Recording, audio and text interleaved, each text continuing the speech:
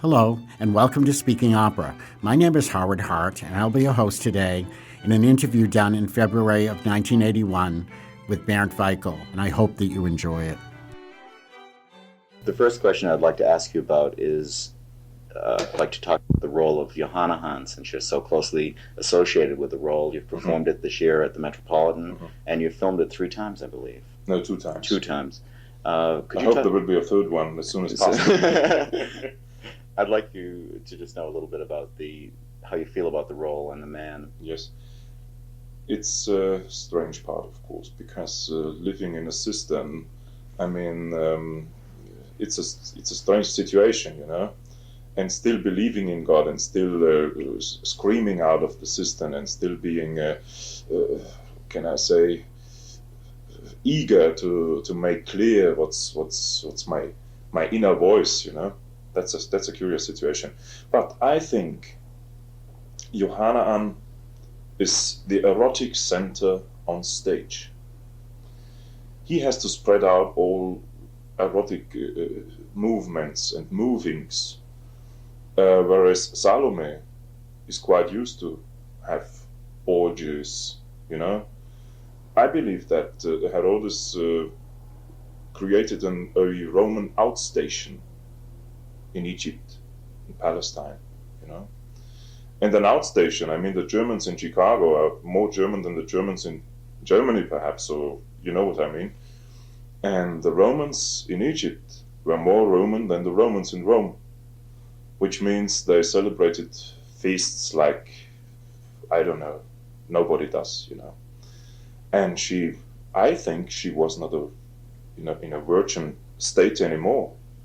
But she discovered when Jochanaan came out of the cistern, she said, there's someone whom I have to have, you know? And this is, that's what I mean. He spreads out, he shows sex somehow, he shows erotic. And, but unfortunately, he is not to convince, and therefore I lose my head. That's the trouble. But later on, for the curtain bows, I get it back. Is it strange in the beginning of the performance being all by yourself in the cistern while all this is going on above you? Or? Well, honestly, I get a TV down there, and we changed it a little bit. I can listen to the music, I can listen to the orchestra, which I couldn't do for the first rehearsal because I was too far down on E level. And now I walked up, I'm on a ladder, not a very good position, but anyway, I can listen to the orchestra and can watch TV. So I watched the conductor, and it works, obviously. You just recorded an album of Verdi arias, and one thinks of Bernd Weikl automatically. It's Strauss, Wagner, Mozart. Is this an area that you plan on doing more with, as far as the music of Verdi and Italian opera? Yes, I do. Just recently, I did the inauguration of La Scala di Milano, with Falstaff, not a part of Falstaff, but Ford. And honestly, I had a very good success. And I think, vocally, I might go on like this, doing Italian parts. Concerning pronunciation, I speak Italian, but I still have to work on it. Otherwise, there's no future.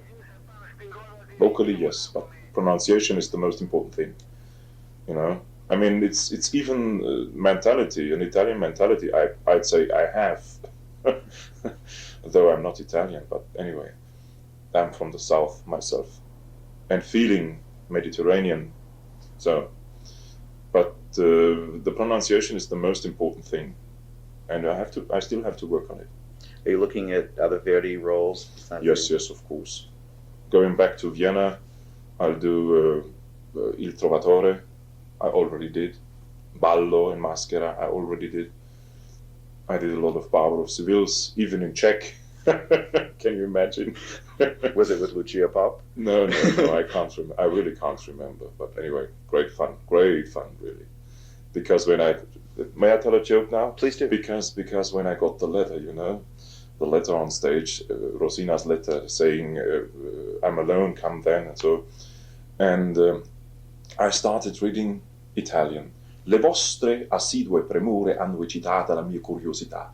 Il mio tutore per uscire di casa. And then I said, prosim, which means, please, go ahead, you. And my colleague, my tenor colleague on stage, read it, check. Check to the laughter of the people, the audience. And then he said grazie to me. So we mixed it up, and we had a lot of fun on stage, and even down in the public, in the auditorium, they nearly cried. And well, out of I'd say it's nearly 100 parts I already did. So there's a lot of Italian parts, there's unknown German parts, there's French parts like Collot in Péléas et Mélisande, there's Les Pêcheurs de Perles, and Samson et Dalila, and all that kind of stuff, even Onegin in Russian, in German, and things in 4 languages. I just heard a recording which we'll say was not exactly on a label that we all recognize, of the Barber of Seville. Oh, yeah. I saw that the other night. It's very good. Well, it's excellent. It's not done in the best way, but it could have been a good recording. I mean, can I say they put the mics in a bad place, I guess, and so it's a little bit too noisy, probably. But anyway, I appreciate such things because I can control how it sounds outside, I don't know the person who brought it out, but those things, people like them very much. Of course they do. Of course they do. By the way, I won't play this on the radio to encourage people to pirate all of your recordings before they come out, or performances, I should say. Yeah. Since we're talking about recordings, what do you have planned in the future in the way of recordings? Well, going back to München, let me see, there's my schedule, excuse me. Going back to München, I shall be doing a new aria recording, only arias from German operas, starting with the Meistersinger monologues, and Vampyr, and Euryanthe, and Zar and Zimmermann. The first aria, which is nearly unknown, because everybody always does the second aria in this case, And then I go to Bayreuth, but let me see, the following season is Elisire d'Amore. Then there's the recording with Bernstein, Tristan and Isolde. Then there's a new record to be done in July 82, Tiefland. Is it complete? Complete. There have been a number of recordings around, but none have been complete. But it's necessary. We should do it. Definitely. I think it's a good recording. Do you enjoy singing at the Metropolitan? Oh, yeah, very much. Very much. I've often wondered, with a voice like yours, it's so large, there's no problem. And I know I've heard other singers say it's a difficulty sometimes because it is 4,000 people. And if the voice is large or not, this is not the problem. You have to have a very carrying voice. That's something else. Even small voices, when they carry out, they are to be heard all over. On the other side, the biggest voices sometimes are very small. To say when they have not got the possibility to carry out, they just stay on stage. Besides of mine, there's a fellow with a beautiful and large voice, and I think it's a wonderful voice, and outside it's not to be heard. That's a secret, Mm-hmm. No, at the Metropolitan I feel fine, really. It's quite familiar. It's in a familiar way, very friendly. Jimmy Levine is a fabulous conductor and running the house in a splendid way, and Joan Inkpen, I feel good there. The audience liked you very much. The first night of Salome, it was very obvious when you came out. I'm sure you know that. Well, because I showed them my knees. I wondered about that. That was a very central performance all the way around for Salome, which it should be. Yeah, of course. And this guy Jochanaan is very angry not because he is starving there in the cistern. He's not starving anyway, because the line says, one of the Nazarenes, or I can't remember. Anyway, no, I guess it's a soldier. He sings, every day when I feed him, you know. So he's not starving of hunger. He's skinny looking, but he's more the typical kind of revolutionary you can find all over, you know, but not really starving. And I mean, he's a very strong person, physically and in mind. And if he would be starving, if he would be lean and hungry looking, he would not be able to do such lines on stage. You know, this is the most important thing. Like Florestan, for instance. Florestan has to sing as high and loud as possible, and he is nearly fainting every moment. Wow. Do you have any roles that you particularly feel close to? In other words, that the character is a man that you feel very close to? Yes, that's Jochanaan. Jochanaan with his broken personality, his his Janus character, you know. On the other side, on first side, he is very strong and can I say, he refuses her. On the other side, later on, he changes totally and he's on his knees, which means, for my opinion, when I discover myself, I'm really high sensitive, which bothers me a lot, and I look like a bull, you know. And people think, oh, he doesn't care at all, you know, just boom, hang, and so. And I have an insight like I can't tell you. It's so like a tiny little nerve. This is why I feel so like Jochanaan in a certain way. And I mean, there's in Arabella there's Mandrika, which I think by my outer and inner appearance, you know. But I do all parts. All parts I do, I like them, really. You immediately have to identify with the part when you study it, and when you do it on stage as well. When you sang the Jochanaan, it was very moving, and I think one of the reasons why is oftentimes people see that role very one-dimensionally, but you really did convey so many different personality traits that you could feel it. It wasn't just a visual thing, but the voice really. Thank you. It was very effective. That's what I wanted to do.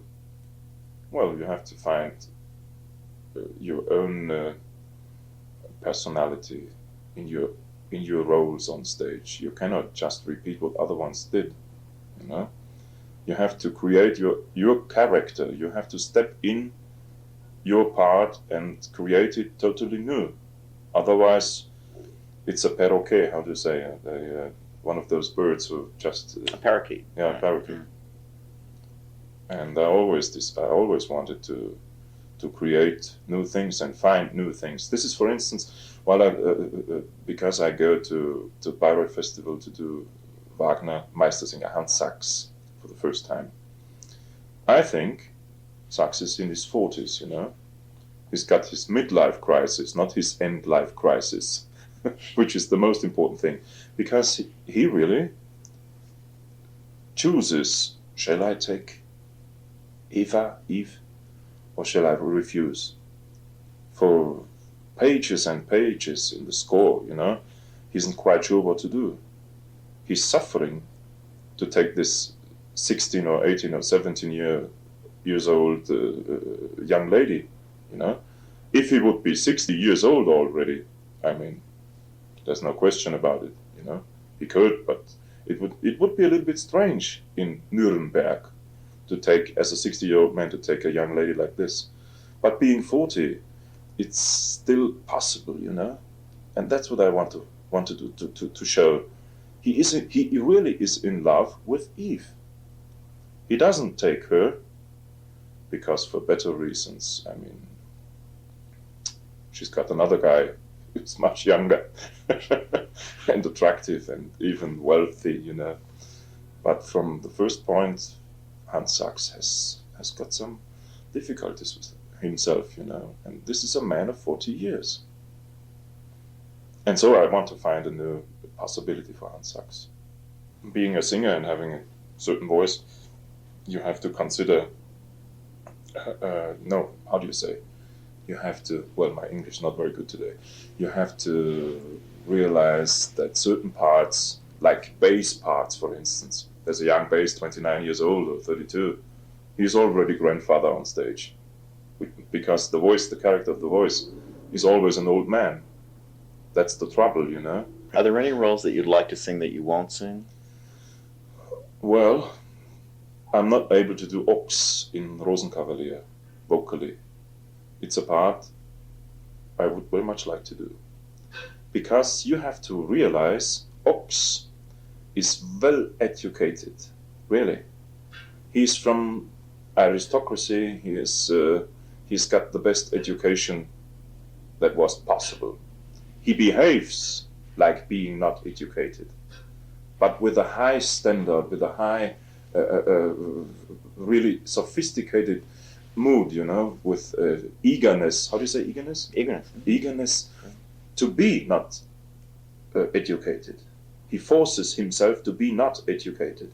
That has to be shown, you know, in the Austrian background, you know, and well, other parts. I would very much like to do Rigoletto, but the part I can sing. The part you can? I can do it. Yes, I can do it. I can easily imagine you. Yeah, but I've never got the possibility to do it. Perhaps in coming future. Yes. But there's so many music. There's so interesting music, even in French repertory or in Russian. Boris Godunov, for instance. Oh Lord, that would be a fabulous part. It's a bass part. I keep away from it. I did Rangoni. But Boris is such a fabulous part. And, well, I did Golo already. But just to tell you, parts that have psychological movings and changings in personality, that part interests me most, you know. Because I think to create something on stage, it has to be a complex part. How do you say? Complex. A complex part, you know. Otherwise, I mean, some Verdian parts are just singing parts. I'm sorry to say that, it's really true, you know. But others are so... Golo is such a figure on stage, you know. Being jealous, which I am. I'm not, me personally, I have great difficulties because I'm not jealous.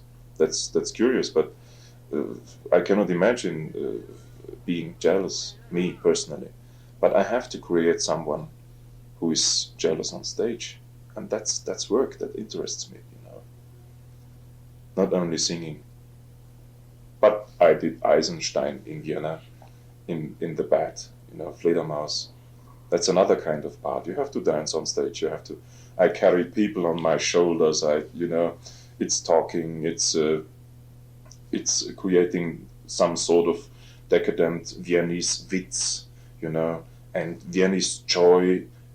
At the same time, la tristezza, you know, the crying Viennese decadence, you know. Venice is the most decadent city that exists on earth. You know? More so than New York? much more. People cry every day, even when they say, I'm so lucky because I want to die, you know. It sounds like an opera in itself. Well, Vienna is an opera in itself. It's the melting pot, the far east, not far, but the near east melting pot, you know, and created people like me. Do you enjoy making films? I see you've made quite a few films. Yes, I do. I do very much. I do. Because, a lot of people cannot afford to come to the Metropolitan or other opera houses, you know. And film and movies and TV, open my work to a great public, which is necessary for both of us, for the public and me. I know a lot of people who have a particular artist they feel very close to, and let's say time passes. I mean, these people want to see what you were like on stage, to see you actually perform. And well, it's that's something else, yeah. So you do recordings. I mean, I do recordings and film and all kind of work to preserve. Yes, how do you say it? To preserve my work too. Thank you for listening to Speaking Opera.